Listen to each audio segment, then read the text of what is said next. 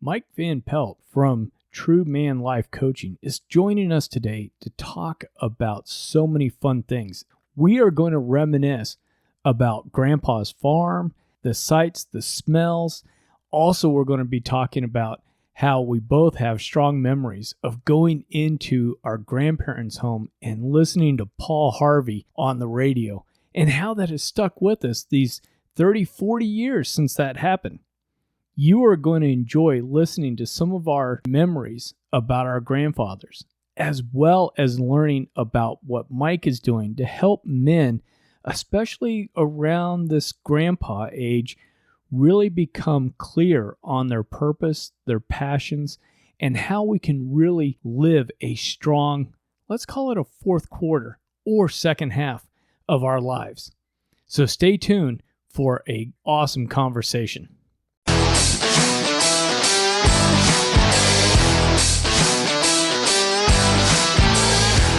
Hello, and welcome to the Cool Grandpa Podcast. This is your host, Greg Payne, coming at you from Studio 12. This podcast is about being the best possible grandpa you can be, focusing on what it is to be a grandpa and how we can all share that experience together for our grandchildren.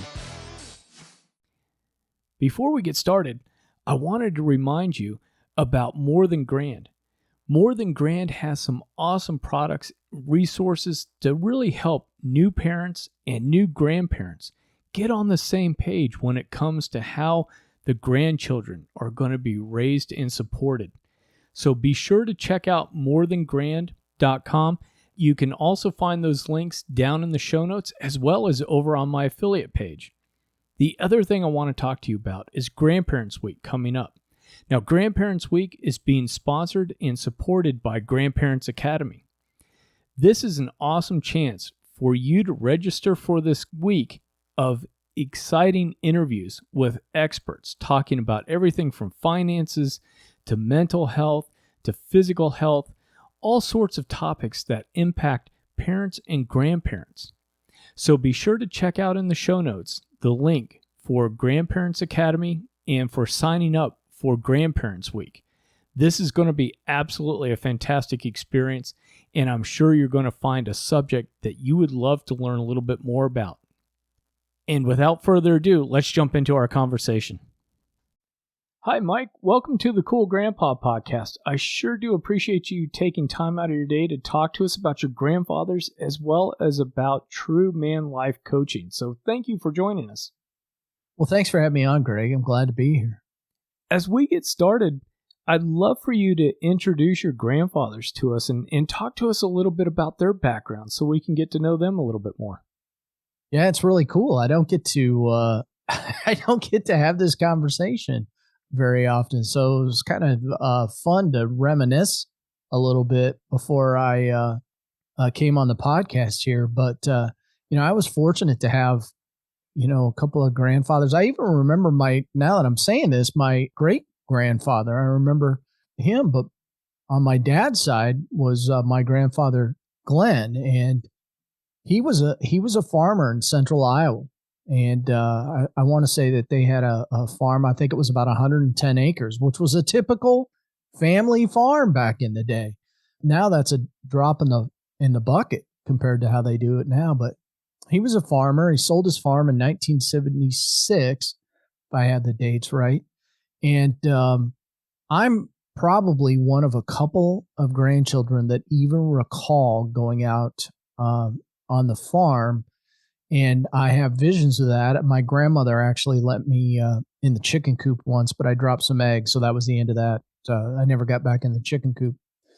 But, having grown up in the Midwest and grown up in Iowa, I'm really glad that I have those memories because farming is such an important part of the Midwest. So, it's good to have those memories. I remember I have an image in my mind of my grandfather sitting on his little red tractor. So that's a good memory to have. And then on my mom's side, my grandpa Dwayne kind of has some similar memories. He worked in a power plant in the town that I grew up in.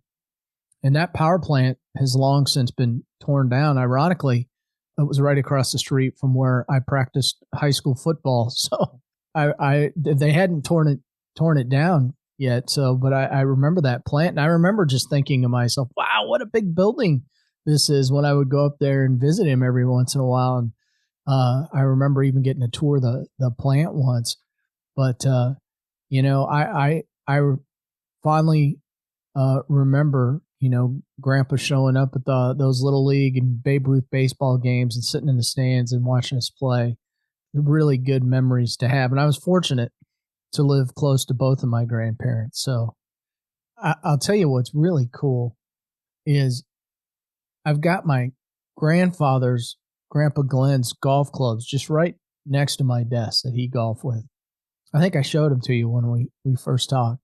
So I keep those. I love golf, so I just think that they're these little Sam Snead clubs, and I'm sure he bought at Sears back in the day, or just something pretty cool to have around to remember him by. Oh, I love those stories and those impressions. My grandfather was a wheat farmer in Eastern Oregon, up in the high desert country, and to this day, when I drive by, maybe in the country or even around town, and I smell that people have sprayed out the fertilizer, or there's just dust or something, the smell of Yes. that diesel equipment, that dust in the air, that manure, whatever it is, all of a sudden, I'm 10 years old back on my grandfather's farm. I'm the same way, man. I'll tell you what, if I ever fly back to Iowa, all my family's there. The minute I hop off the plane and walk to the car, there's a smell in the air. Oh, there definitely is. I've had some projects in Burlington, Iowa, and went to see the Burlington Bees down there, the AAA or the AAA, no, single A team, I think. I think that's right. There's only one AAA team in Iowa, and that's in Des Moines, the Iowa Cubs. That's right. Yeah, and I've been to Des Moines. I love being out there and driving through. It did remind me. It's definitely different. I don't hear that very often. Topography. Well, it's the thing where you're in a warehouse or you're in a business meeting all day and you want to get out, but you don't have like a Chicago to go walk around in, or a New York or something. So yeah, it was great. I'd get the rental car, grab me a soda, roll the windows down, and just, pretty much drive straight. And if I get to Nebraska or Colorado, I've gone too far. But, but turn around. But absolutely love those memories. What are some of the things that you remember about your relationships as you were getting older? Because you were fortunate with them living close. I mean, so many of us have long distance grandparents. Yeah, well, I mean, we used to see them quite a bit. It wasn't unusual for us to slip over to my grandparents were in a little central a town in central Iowa called Ogden, and we lived probably all of 15 minutes away. So it wasn't too unusual for us to be over there on a Sunday afternoon. But I was thinking about this earlier, and I was just giggling because my grandpa Glenn had dentures, and every once in a while he used to spit those suckers out at us just to get a laugh. And so I remember that, and I remember being in his living room. I'm dating myself, but it's kind of fun, and seeing all those 8-track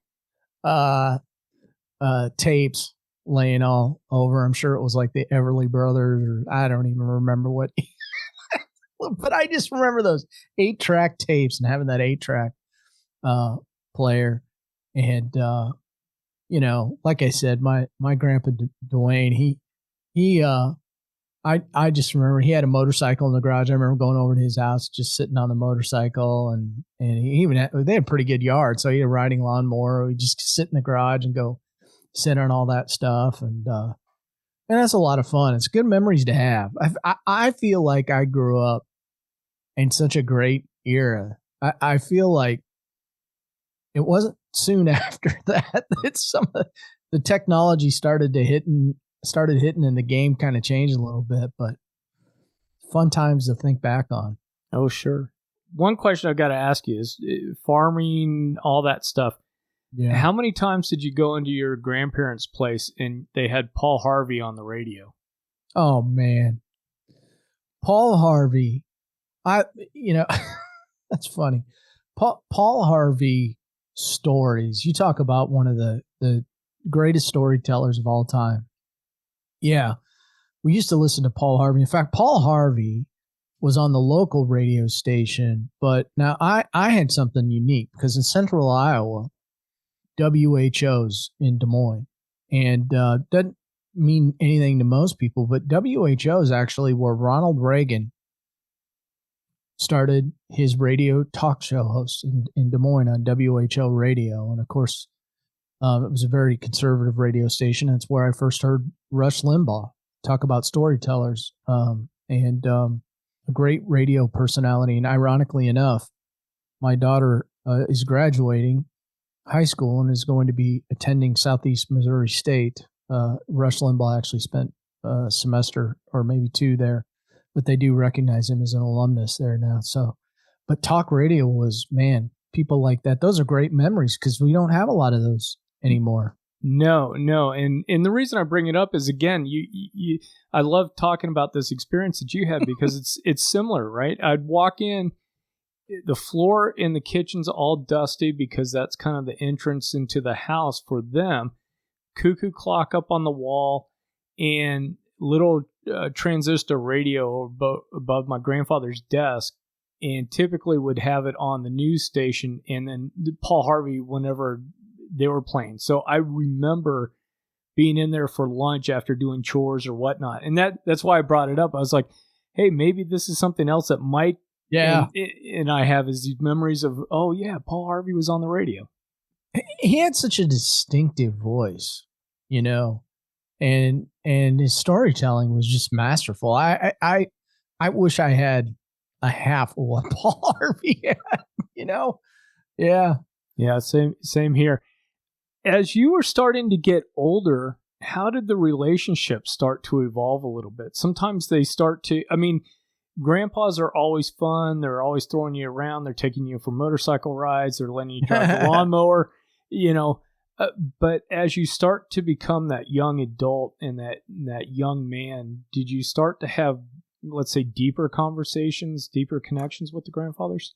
Yeah, you know, my grandpa Glenn passed away when I was in 8th grade.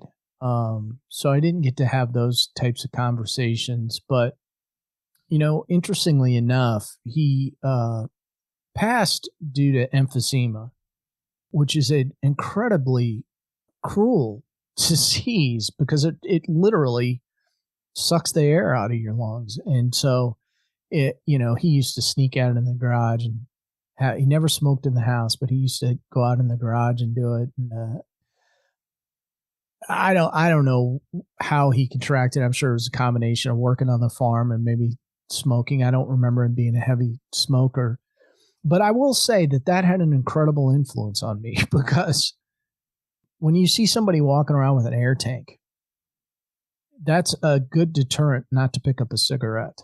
I will say that.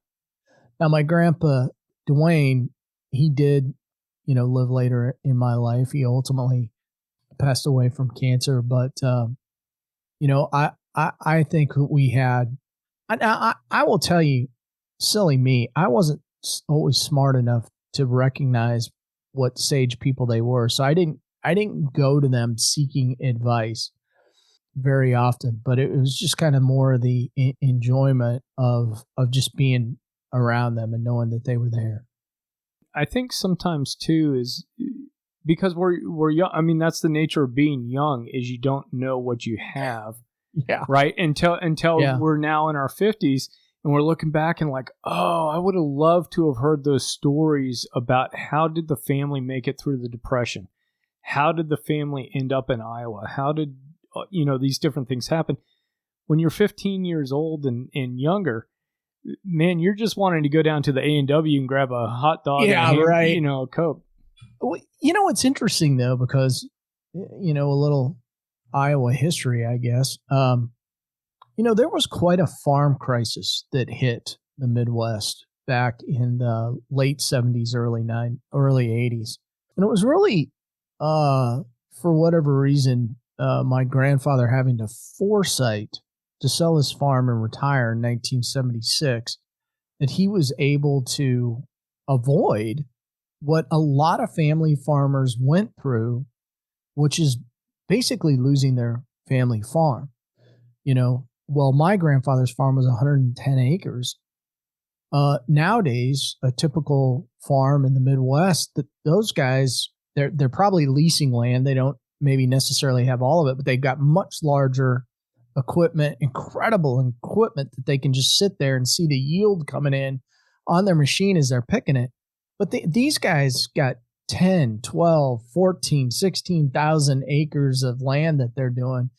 And it is a legitimate business operation. When my grandfather was farming, it was to live, and you had to have a little everything on your farm. So, I mean, you had the chicken so you could get the eggs, and have fresh chicken, and you may have the hogs that you could sell for meat, or the cattle. So, nowadays it's a science. I mean, these guys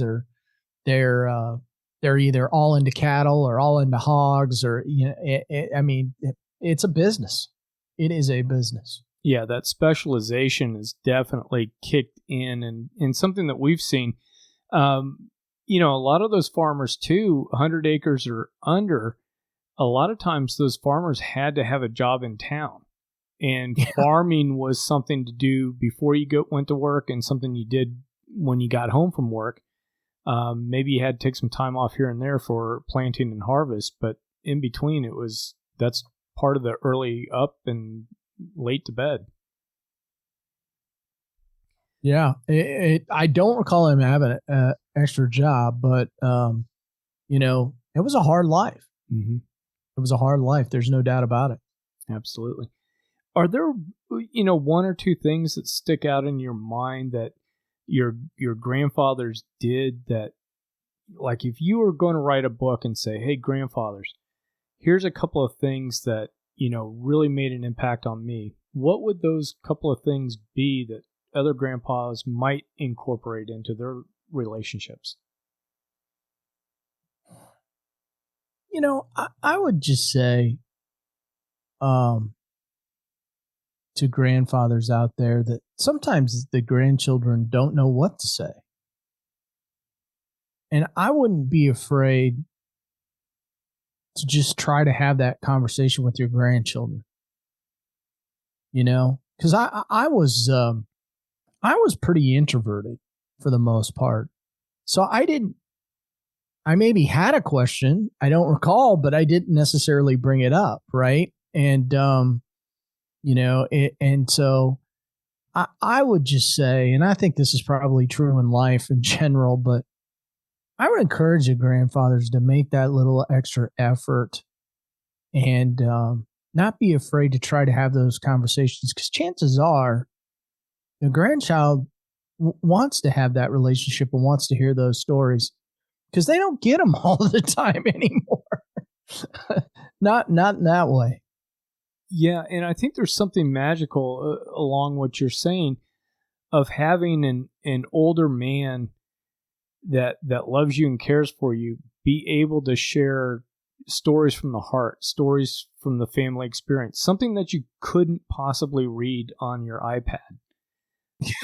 you know what I mean? Like, because all the kids now, and we were talking about that too, was, you're born with a device in your hand. Yeah. And, and now we've got AI coming in and these other things. I think what you said was important, in that asking the questions, leading the conversations even.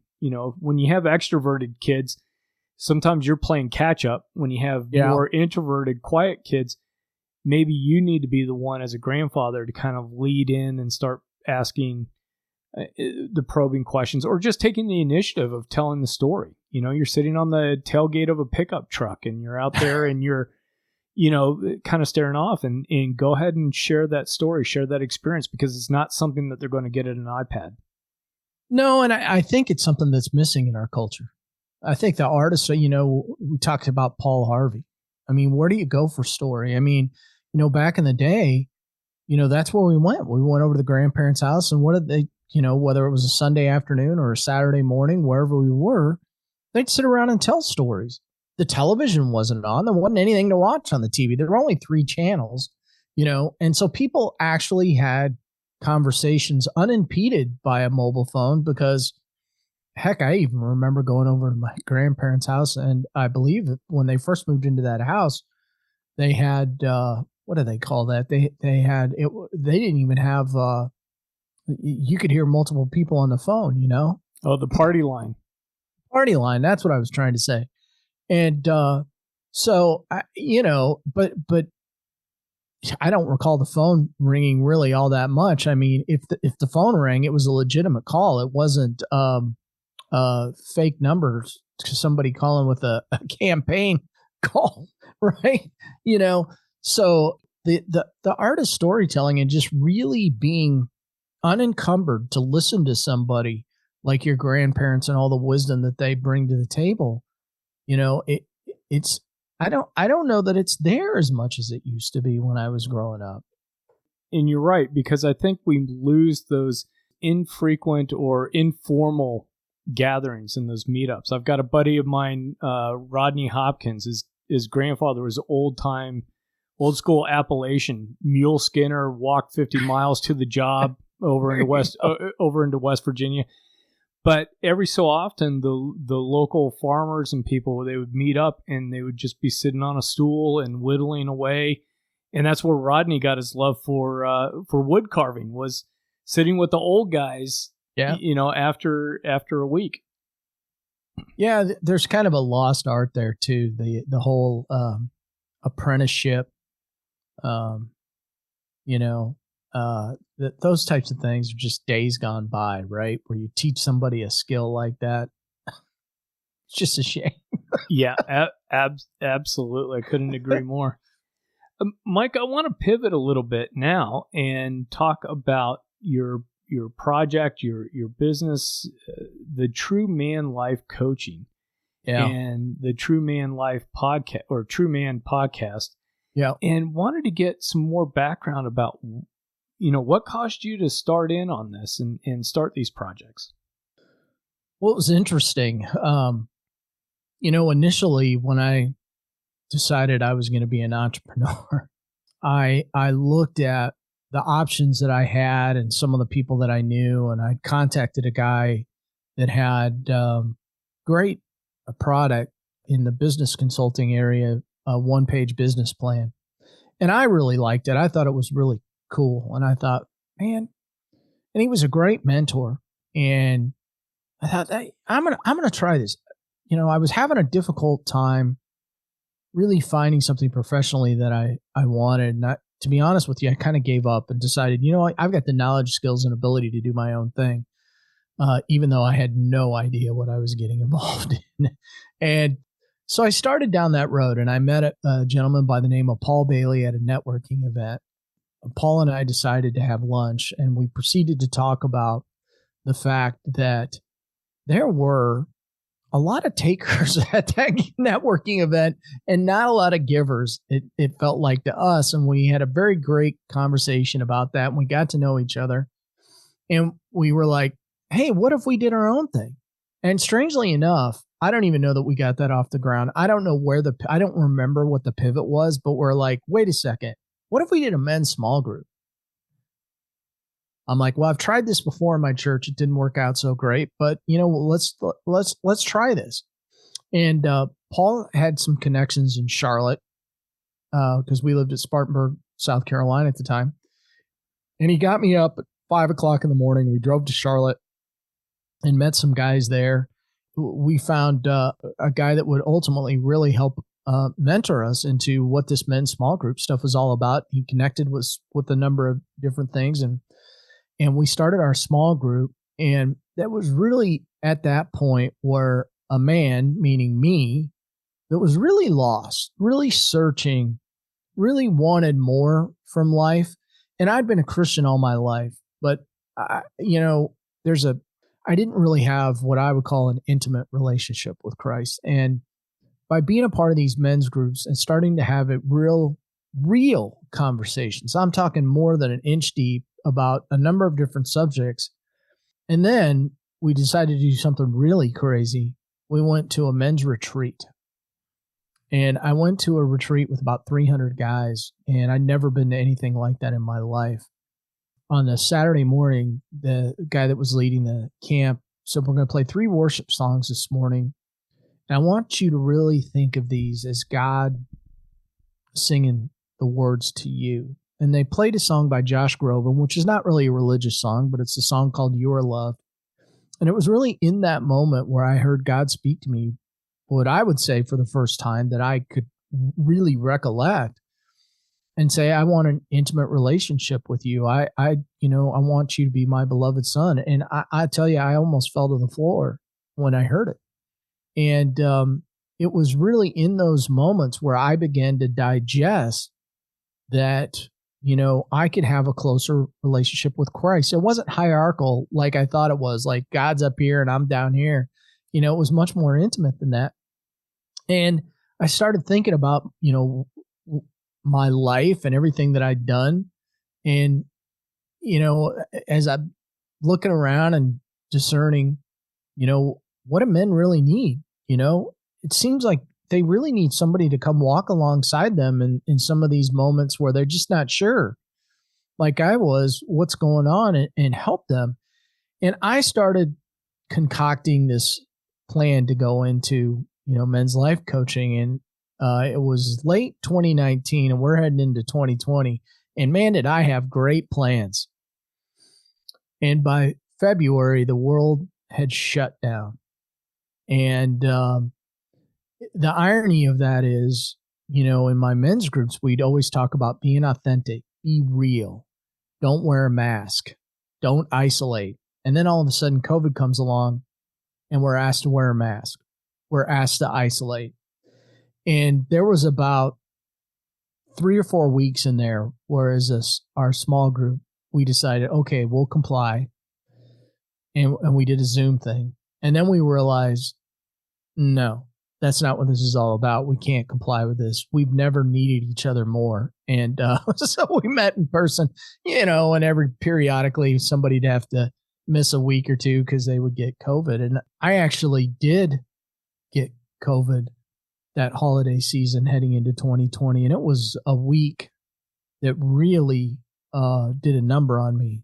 And I didn't think that I'm pretty healthy. I didn't think it would knock me out, but it did. And it really got me to thinking about my life. And it was then June 15th of 2020, my wife came home from work with tears in her eyes. They'd called everybody into the senior management team into the office.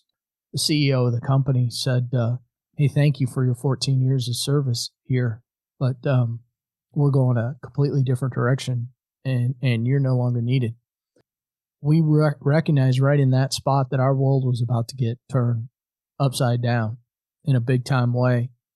And our kids were a little older, and we were trying everything we could to figure out, what are we going to do? What are we going to do? There's so much uncertainty, right, with COVID. How's it going to affect employment and all this stuff?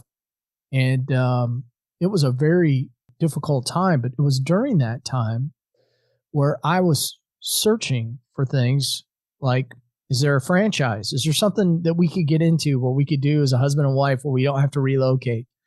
I couldn't find anything, man. I told her at one point, I'm like, you and I will end up divorced if we go into business together. That's just the way it is. But interestingly enough, I found a guy that had a coaching program. And I can't even tell you to this day how I found this guy, but, by the grace of God. And he had a program that he was talking about on one of his videos called Hello Dad. And I'm like, I need to meet this guy. And I picked up the phone and called him, and we had a conversation. And I told him what I wanted to do, what my dream was. And he said, well, you got to go through the coaching program before we make that decision. Fair enough. I love that stuff. I'll do it. We got about halfway through the program. I said, man, we're wasting our time. I know exactly what I want to do. And he said, let's finish out, and then you can go through the whole coaching curriculum that I've got set up and become certified through my program. I said, awesome. I said, there's only one thing I want to say about that, and that is we are going to have to relocate. We're almost 100% sure my wife's going to take a job in a new city. And until that comes to pass, I can't tell you when I can open my doors, because I don't want to, I don't want to do something and trying to unpack boxes in a house at the same time. He said, that's fine. In the meantime, I'd sent him a couple of blogs that I'd written. And he said to me, have you ever thought about doing a podcast? I said, that's really funny because we kind of jokingly talk about that in our men's small group. Like, man, that would have made a great podcast. And honestly, Greg, I probably, if I listened to one podcast, it was probably John Elders at the time, but I can't even tell you, John Elders was at the forefront of men's ministry. But I can't even honestly say I was listening to him at that point. And I researched it and decided, yeah, let's do that. And I said to Paul, I'm like, will you do this with me? And he said, yeah, I'll do it with you, research the equipment. And honest to God's truth, this is one of the silliest things I've ever done in my life. I researched it and I decided, man, I think I can do this, but I really don't know. And I called and ordered the equipment and had it delivered to my house, knowing that it would force me to have to figure it out. And I went down to my basement. And said, I'm not technical at all, man. And I went down to my basement. I set it all up. And my family came downstairs. I have a podcaster. And they're like, you're going to operate that board? I'm like, yeah, well, we're going to figure it out. And they laughed at me. Paul and I went on the very first podcast we did. It did take a little liquid courage to get us going to hit that button, but we did it. And I knew it took us a while to figure it out because it took me forever to get on Apple Podcasts, which is a story for another day. But Paul and I started out doing the podcast together, and he wasn't going to be able to keep up on a weekly basis. And so I went to more of an interview style. But when we got here to Atlanta, that's when I started my coaching, trying to figure out the whole, how do I become a top level men's Christian life coach? And it has been an incredible journey. And I think we just put out the 100, I keep losing track because I get all these numbers in my head, like 106 podcasts. And podcasting has changed my life because I didn't realize that I had lost so much confidence in my journey to find what I love, which is trying to make an impact in the lives of men for good. And I found out that God had a little gift for me, a little package for me, ironically, in podcasting. And here you and I are talking by one of the people that helped me get started. So we got to call him out, Eric K. Johnson. Eric, thank you for your guidance that first 6 months, man. Yep. Look where we are now. For better or worse, Eric, here we are. Yeah. Well, and I love it towards the end when you're talking about needing to have that podcast to gain confidence in the messaging, right? Because to an extent, we are out here, we're really vulnerable. Yeah. And it takes a while to get used to hearing your own voice, and it gets used to hearing your own thoughts and your own takes on things. And it does. Then we're right out here. We can't say that somebody misheard us, if we're making a comment about something, because it's right there. It's digital. It's out there. They didn't. And I mean, it can always be, well, that's what I was talking about at that time, but that vulnerability, I think, helps build some courage to be able to have conversations with people, express yourself a little bit more, find some clarity with what you're trying to get across, and help other people as well as entertain folks, because that's part of what we do. Yeah, 100%. I couldn't agree more. As you've started in working with men, is there a typical age group you work with? It's always a good question. And I guess I saw and still see my niche as kind of my own age bracket. So somewhere in that 45 to 55-ish neighborhood. And the reason I've always thought of it that way is there's that point in a man's life where they're maybe looking back and going, wow, wish I could have done that different. There's nothing I could change now, but what does my legacy look like? How do I want to finish the game here? How do I want my kids to see me? How do I want my wife to see me? Or they may be saying, oh, God, man, I've lived like this for a long time and I don't like it. And I want to make a change, but I don't know how, you know? And that age bracket just seems to be a time where we come around and go, I gotta, I, I want to have a strong fourth quarter.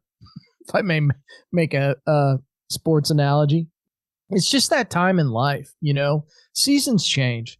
I'm going into a season change, daughter getting ready to graduate high school, and our son is already in college, and wow, here we are, about to become empty nesters, and our parents have gone through some. Both of our parents, my wife and me, both of our parents are alive, but we've had some health challenges on both sides. So it's like, we're parenting the parent now, and so it's just a season change of life that's interesting to go through. Well, and it's interesting that you picked that age group out. What I mean by that is that's the group that is typically coming into becoming grandfathers. So the average age of becoming a grandfather is 52. And of course, there's pluses and minuses on either side. Yeah. Welcome. Like AARP. I'll send you the card, and you can I don't like those guys. So I don't like that mail. I'm not ready. Yeah, but it's true because we've got all these changes coming on. The kids don't need us as much anymore, and they need us differently. They don't need us to take them to soccer practice or softball practice. They don't need that part of it, but what they need is that guidance, that quiet strength that comes from us sometimes, where it's like 2:00 in the morning and you're having a difficult conversation with somebody, but with a child, but it's like, hey, let me tell you, I screwed up big time when I was your age, and I kind of understand this, and let me help you guide through it. And we're shifting into that guidance in that mentor role, let's say. Yeah, in fact, before you and I talked, I was downstairs, and my son, he's got a job interview. So my wife and I were sitting there coaching him through how to handle the job interview. I'll be honest, I thought that was a lot of fun. And so dad's still at that point, at least with my kids, where they're like, I'm not a genius yet. Yeah. I'm not quite there yet, but I think they're listening more. We're stepping into that role, and they're listening more. They're able to filter out, because I remember you're able to kind of filter out, like, okay, the stuff that dad's telling me right now, I'm going to be really polite and sit through, but that's really not applicable, or I know different. And then there's the nuggets where it's like, oh, dad is right on with this. And I think with the men in their 40s and in their 50s, some of what we're also doing is we're trying to your point, figure out fourth quarter, second half, whatever your sports analogy is. Do I want to stay with this company? Do I still want to keep doing this job? How do I change? How do I grow? How do I develop? What's my relationship with God like at this point? There's some things that we do in our 20s and 30s because we just do it. And then we get to these points, I think, that you're talking about, where it's the questioning comes back in, and we don't have a lot of guidance through that. It's one of the reasons why I always talk about, men get involved in small group. We don't, women, they get around each other and they just go do. Guys, we don't do that. But I will say, John Eldredge is an author, speaker that and been involved in. Probably his most famous book is Wild at Heart, and but I've followed him, and one of the interesting things that John came up with, and I tried tracing this back because I figured, well, John, I bet John's not the original on this, and as far back as I could get was just a guy just a little bit before John, but a guy by the name of Robert Hicks, who wrote a book called The Masculine Journey: Understanding the 6 Stages of Manhood, and I think this is kind of interesting to look at, so that you see the evolution of where you've come from as a man. So the 6 stages look something like this: that you start out as a beloved son, which is boyhood. That's when a young boy needs to know that his father delights in him. And then there's that cowboy stage that we all went through, right? A time of adventure, hard work, and taking risks where you're having a lot of fun and just being a silly adolescent. And then somewhere around 1920, you go through this warrior stage, which is where a young man needs a mission, a cause, something worth fighting for. And this stage happens before the lover stage. And then in the 20s and 30s, you move into this lover stage, which is an awakening of the heart. And, where it could manifest itself into love of poetry, nature, music, and eventually romance, right? That's where we typically may find our spouse. And then we move into this stage that, where I'm at, kind of my middle market, the king stage. And at that stage, the character of a man and his wholeheartedness has been shaped enough that he's entrusted with power. He's leading a company. He's in charge of money and has influence. And they describe this as a beautiful but demanding stage that requires wisdom and selflessness. And then your market, sage, the 60ish age and on, that silver-haired sage. I already have silver hair, so I don't know what's going to happen when I get to 60. Silver-haired stage where you step aside to let younger men carry the load, but you're sought out for wisdom and counsel. And those are the 6 stages that I think are really interesting to look back. And I think that for most men, if you look back over your life, you'll see where those stages played out. And so I think it's a really good thing to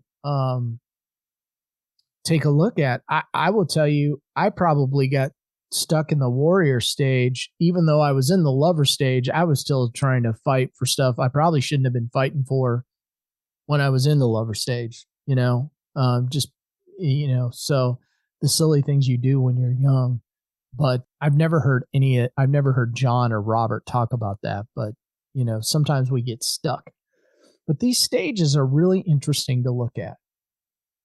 I like that because I've just recently been listening to Kevin Miller did a multi-part series where he talked to the person that wrote From Strength to Strength. And in that book, it tracks a little bit in terms of, hey, when we're younger men, it's what he's calling fluid knowledge. It's about getting stuff done. It's about acquiring new skills. It's about achievement. It's about this. Well, and he takes it from the neuroscience as well, where like, hey, around 35, late 30s, your brain actually starts to change and your personality starts to change to move more into that sage role. Yeah. And he was suggesting too, I think, that sometimes men can really end up with some unhappiness when you're in between the stages and you're fighting moving from one to another, right? And some of that is it reminds me a little bit of the athlete that sticks around too long in whatever league they're in, right? They're looking for that I can get another season out, and it's like you have a 300, a 380 hitter that is hitting 250. Yeah. And it's like, they're a shadow of themselves. But we're kind of moving into that where that athlete might be more beneficial as a coach to younger players. Yeah. But just as resisting it. So anyway, that's kind of an interesting take. And I love how there's different disciplines and there's different people coming at this and saying, hey, part of this aging process and becoming a grandfather and some of the joy of being a grandfather is being able to sit down with your adult children and your grandchildren and hey, here's where I've gotten bloody and bruised, and here's some of my mistakes. There's so much value and wisdom in that, and I hope that grandparents don't underestimate that. Even if it's not your grandchildren, you could be mentoring somebody else who maybe doesn't have a grandparent, because the sage advice. I can feel this, at this point in my life. I'm 53, and I know where I've slowed down enough to really discern things now more than I did. I used to react. I was a very performance driven person for a long time. In fact, it's a miracle I get through a podcast because I have to overcome perfection for being a perfectionist. And that's why podcasting has been great for me. I've been able to release a lot of that. But man, there's so much wisdom that grandparents can offer their grandchildren and just the people in the world. And I feel like we underestimate that in this world. I always laugh because I kind of like watching some of these shows like America's Got Talent. And it was one of my favorite shows to watch during the summer. Well, what's intriguing about that is how everybody always gravitates towards the kids. And periodically, if there's an older adult on, and there's not always too many, maybe they dance or they sing, we kind of gravitate towards them. But the kids always override the adult. I mean, right? They're going to pick the 14-year-old kid's always going to be the winner over the 75-year-old grandfather who can still dance across stage. But man, there's so much wisdom and sage advice to be had from our grandparents, and I hate to think that would get lost. Oh, absolutely. And I appreciate the fact that you're helping to coach men through some of that and learn about themselves even more so that they can be those grandfathers and those leaders in the community. I mean, I had a baseball coach, Little League coach, 1979. I'm 9 years old. This guy was a bachelor. He was he was an operator with Air America back in Southeast Asia, had been in Berlin, had coached a Little League team to there, and but I remember Coach Ledoux, the guy still has an impact on my life to this day, as far as an example of somebody that went out of his way to coach me. I mean, we had 12, 15 kids, but he spent time at practice with me. And that's the kind of grandfather coach that I'd love to be. Yeah, that's that's funny you should say that. I remember my Little League coach, Mo Kelly. Hey, Mo, you're about to hear something I haven't told you. One of the things that Mo used to talk with us about all the time was have enthusiasm, right? Be off the bench, be yelling, screaming, have enthusiasm. You always talk about enthusiasm. And I don't know that anybody ever talked to me about enthusiasm in the way Mo did. And boy, I didn't realize it until I got my adult life, especially doing what I'm doing now. You got to have a little personality when you're doing a podcast. You got to have a little enthusiasm, right? And I realized that how much him talking about enthusiasm has affected me in my life. It's a very big part of my personality, amazingly enough. It's amazing. And so that's just great. I mean, because it wraps in with, I think what we're both doing is, guys, don't sell yourself short. The little things that you do, those little messages, sometimes, when you got to get after your Little League team, that's a message that they're going to remember. They got to hustle, if you run in and out of the dugout, it rubs off, because now when we're in our 30s and it's like, I got to walk with pride going into the building. I need to pick up my step. I can't slouch. I can't drag myself, through there. Mike, I do want to pivot, and I was checking out the website, and I know that you've got a book that's coming out soon, and I'd love for you to talk a little bit about this book that you worked on. I got a couple of them because I'm a glutton for punishment. Yeah, I'm working on my solo book, which will probably be out later this fall. It's going to be called True Man, True Ways, a Roadmap of Discovery Back to the Masculine Heart. But I had a collaboration book coming out here. I believe it's going to be sometime in July. If you know anything about books, these things are the wackadoodle time frame sometimes. But what's interesting about that is that I have a whole chapter in that book. And what it allowed me to do was explore something that had really been heavily on my mind, which was the power of asking for help. And because I think as men, sometimes we underestimate the importance of asking for help. And, it's because we allow our pride to get in the way. We fear that we may be found out, or that people may not think less of us if we ask for help. And the fact of the matter is it's just simply not true. That, asking for help is a very powerful way to live. It's a very vulnerable way to live. And it's a beautiful way to live. And I went through long periods of my life where I didn't ask for help, and part of it stemmed from the fact that when I was very young, I had to start wearing eyeglasses.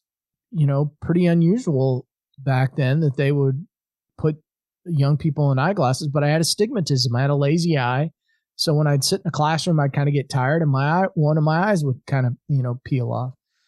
And the interesting part about that was, I mean, we all go through a little bully thing, and it wasn't that horrible, but what really took me off base was this whole idea of, well, if you wear glasses, you're smart. Well, you can't raise your, and I was a little, as I mentioned, I was a little introverted as well. Well, if you're smart, you can't raise your arm and ask for help. And so I didn't. And that has a way of slowing you down when you're in your adolescence. And so I in a lot of ways, was afraid to ask for help for most of my life. And it's something that I've had to do a lot of work on, and just to release it, let it go. And it's amazing how many people will help you when you simply ask for it. I love that. It's something I'm working on, because it's definitely, and that, I mean, you wrote the book on it, right? It's we've got something it's cultural, it's biological, it's a bunch of stuff that keeps us from having, from having a bad day turn into a good day into an awesome day, when we can't ask for it. And also too, we get into whatever it is, and we're suffering and we're hurting. Yeah. And we just can't turn and ask for that help we need. So this is a message that is definitely needed by men in general, and grandpas for sure. No, I was just going to say, this is something that I'm still exploring. I'm sure I'll be exploring for a long time. I'm sure it's something that I'll write more and more about as I go through this discovery process. It just seemed to me, Greg, that, a lot of people, when you go into business and you find people that'll help you, everybody would say to me, well, you got to know the pain points of your customers. Okay, I got to know the pain points of my customers. But when you're working with we're crazy animals, man. We'll bleed out before we ask for help. And what I discovered by going through this process was, do I know what the pain points of my clients are? On my website, I just flat out spelled out 12 of them, 12 challenges men face, not, identity, truth, purpose, vision, those types of things. But, a lot of people talk about those types of things, but what I have found, my experience has been that I can talk about all those till I'm blue in the face. But until you recognize there's a challenge there, or until you ask for help, I don't know. I don't know what's bugging you. And so, there has to be an ask there. And it's almost the way I view it, permission for me to walk alongside you and help you find what it's in you. But I'm just going to ask really powerful questions and try to get it out of you so that you can, know what your purpose is, or know what direction you want to go in life, so that you can enjoy the fourth quarter of life and leave that legacy behind that you want to leave. And I think with asking, you allow somebody else to be the best that they can be and to serve you. They're, we're all walking around, I think most of us, willing to stretch out a hand, willing to help somebody out. But if you don't ask for it, I don't know what to do. I don't know how to do that. Yeah, I mean, and that's where guys in particular get into trouble, because we isolate ourselves. And isolation is just an evil thing. In fact, there's been a lot of studies done recently about men and loneliness. It's not something that gets talked about a whole lot, but men are really suffering from loneliness. And in fact, middle-aged men have the highest rate of suicide in this country. And, really nobody knows why that is specifically, but men at that middle age of life, it's as if some men just throw in the towel and are like, I can't overcome what's in my way, that obstacle in my way, or I don't want to overcome it, or it's never going to get any better. And in most cases, I'm sure we would find that they just didn't have anybody to talk to about it, or just didn't want to talk about it.